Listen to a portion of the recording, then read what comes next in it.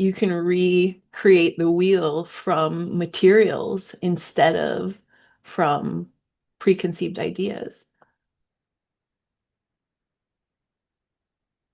Then you can be a standout in the industry.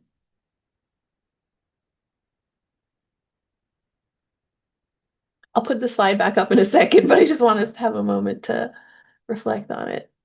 Does that make sense? Does it cohere for you? Do you see what I'm showing you? Do you see what all those people have in common?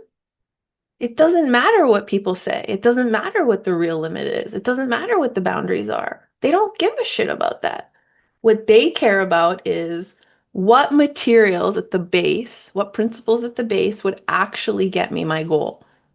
Is it flying to India to meet a random person in the middle of, is it putting a 53-hour face mask on so I can go through the box jellyfish? Like, what is it? Is it going out on social media and telling people that transformation is possible in 2 hours or less and they've been fooled by big pharma? Like, is that it? That's it. Look at the problem people have, look at your niche problem and solve it. Tell people how it can be solved. Cut through all the other pieces that everybody else thinks are necessary.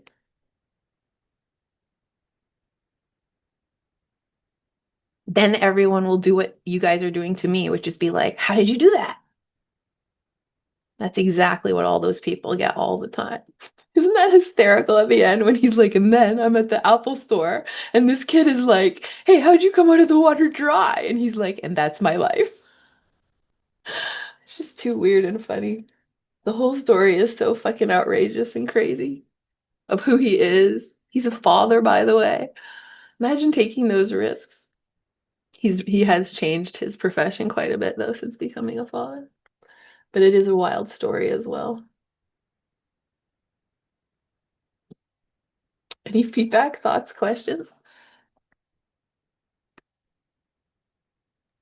Yeah, I have feedback because I love this. I love that you brought this in. Like, I just love it. And it reminded me of a couple things. My friend Michael, I have a friend Michael, he's an actual magician. And it blows my mind because the way he talks about magic, he's been training since he was like a little kid. He's been obsessed with it since a young age. And he's like, it's the power of belief. Yeah, that's what That's David what Blaine it just is. said. It's the It's power all of belief. happening.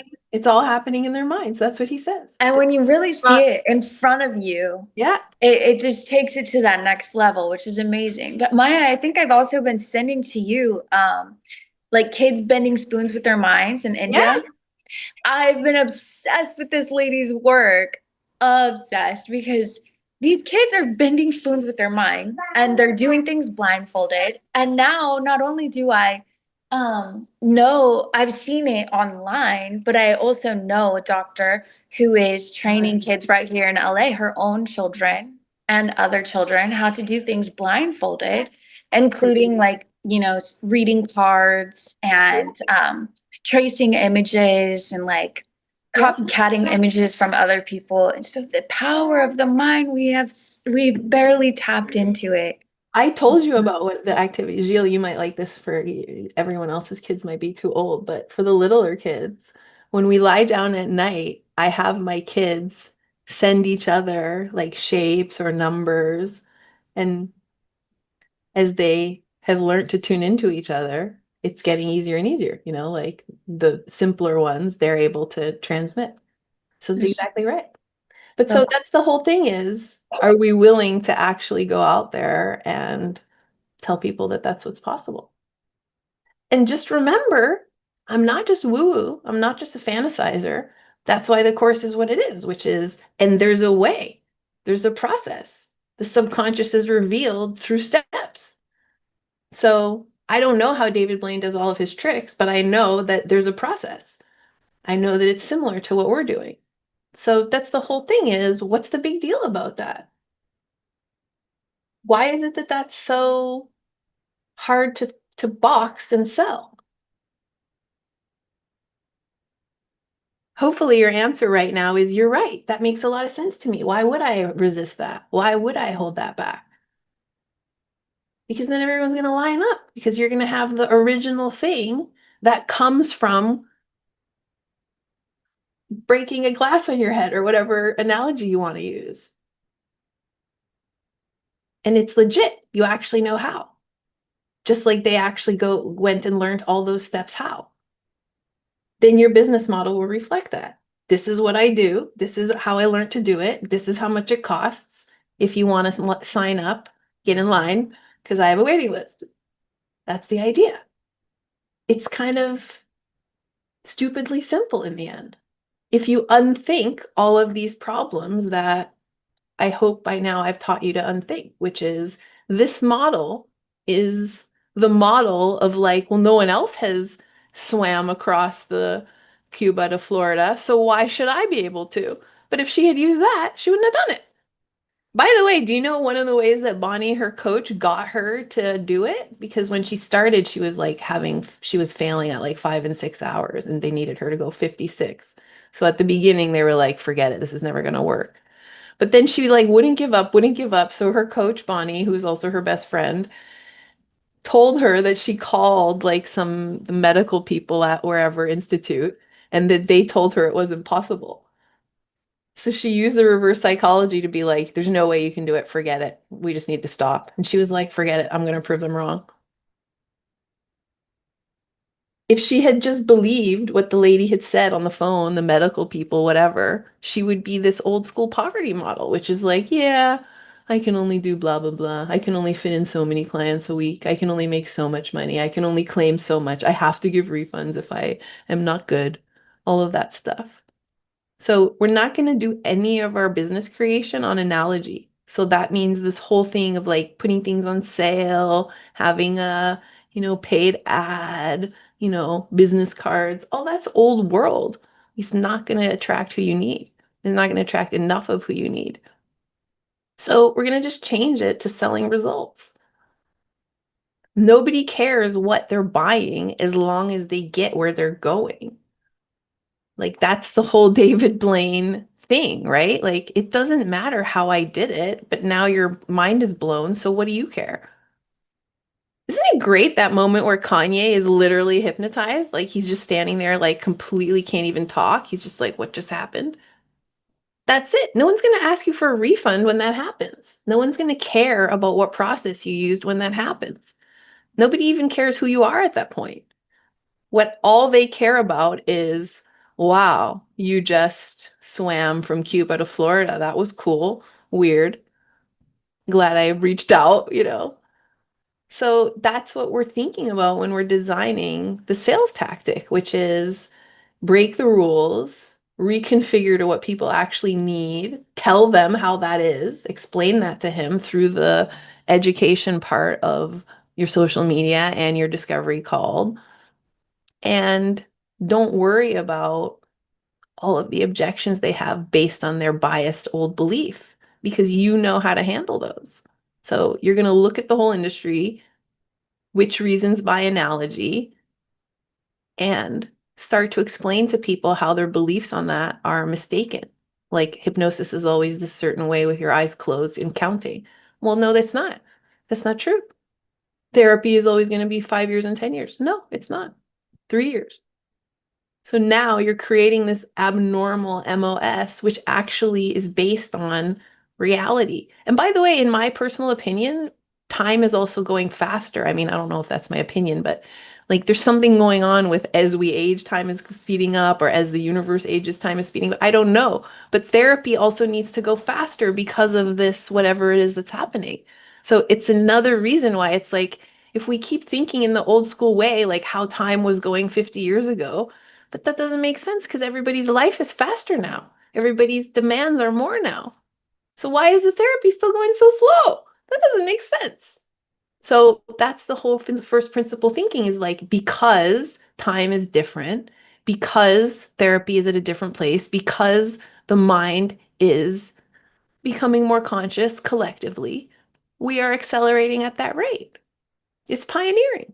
Like that's true. Somebody called me a trailblazer yesterday. I kind of thought that was funny, but then I thought it's kind of, yeah, it is. It's trailblazing because we're saying you guys are all thinking too slowly, too old.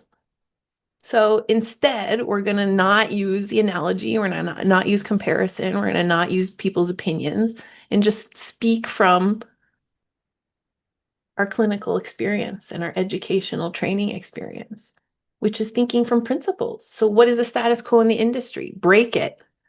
Look at what you've learned based on bias and stop thinking on those terms when you do your business design. Question those beliefs that are holding you back. Like all of you are not big enough. Why? What's holding you back from just saying, hey, I'm a standout, I'm a standalone, I'm expensive, come and see me? You really have to see what the client needs and just talk about that. That's all you need to do. Forget everything else, forget authority, forget popularity, forget bias, forget public opinion, forget your mom. Like forget all these voices that keep you confused, including the one in your head that's telling you it has to be the way it's always been. That's just another voice from the past. When I started, it was hard for me to claim like I can actually help you break through this narcissistic boundary in a few sessions because I had spent years in therapy, like 300 or 400 hours. But then the reality is people started to actually have that experience. And I have tons of reviews now from those women saying she is what she claims to be. So the experience proved that you can do it fast. That's what you want. It's just to get that under your belt. So reconstruct your whole business based on first principles, like all the characters I showed you today. Just do it because it's working, not because anyone else is doing it. The industry says that you can't charge a high price, that you need to give free shit, blah, blah, blah. All of that is not first principles. All of that is comparison. Instead, I just want you to think very simply. People will pay a lot for this service as people throw away their money on bullshit things constantly because it's worth it because I'm the David Blaine of my field. And who wouldn't want that experience? So you don't need to read all these right now. You can watch them in the course when we redo them. But these are the first principle kinds of questions that I want you to really reflect on all the time when you're doubting yourself. Like, how will my service be different than what's currently offered by other people? Just meditate on that and it'll tell you everything you need to know. Like, what is hypnotherapy the way I think about it? If you think about it the way I think about it, which is as MOS, as speed, as rare and unique and original, it's not hard to design a product and sell it. The only thing that's limiting you from that is you think about it still in outdated terms. Think about what am I similar? How am I similar to the guy down the street? How am I different? All the ways.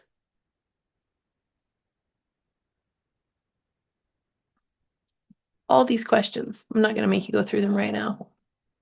So this is the heart of first principles thinking is there a better or more fun or more efficient or more understandable way?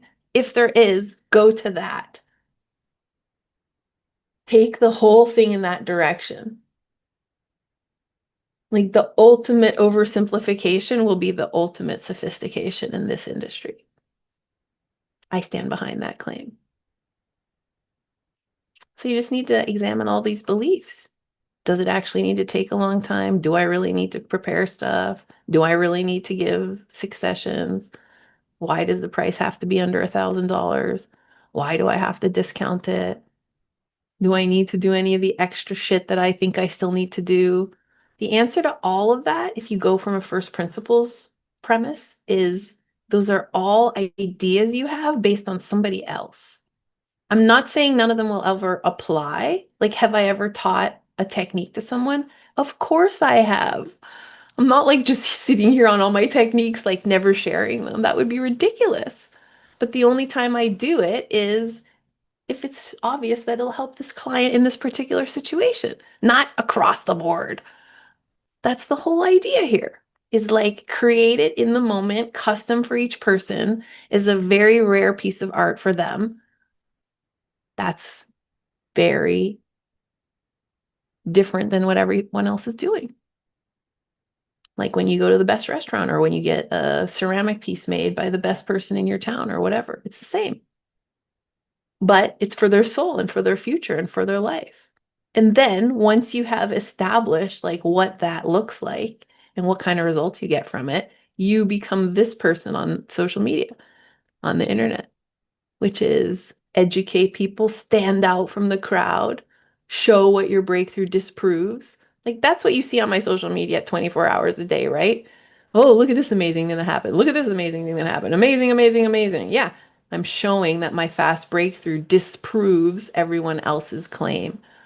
That's what I'm showing over and over and over. So this is all you're going to do is use your media now to share that certainty you just developed in the first principles approach, which is in itself unique and setting you apart. So that's all you need to do. Then you just turn your brain off and keep doing that on repeat. That's it. Just a few small things to do. I hope today at least I simplified for you the amount of processing and bullshit ideas you really don't need to think about and sort through when you put this on the market and stand behind it.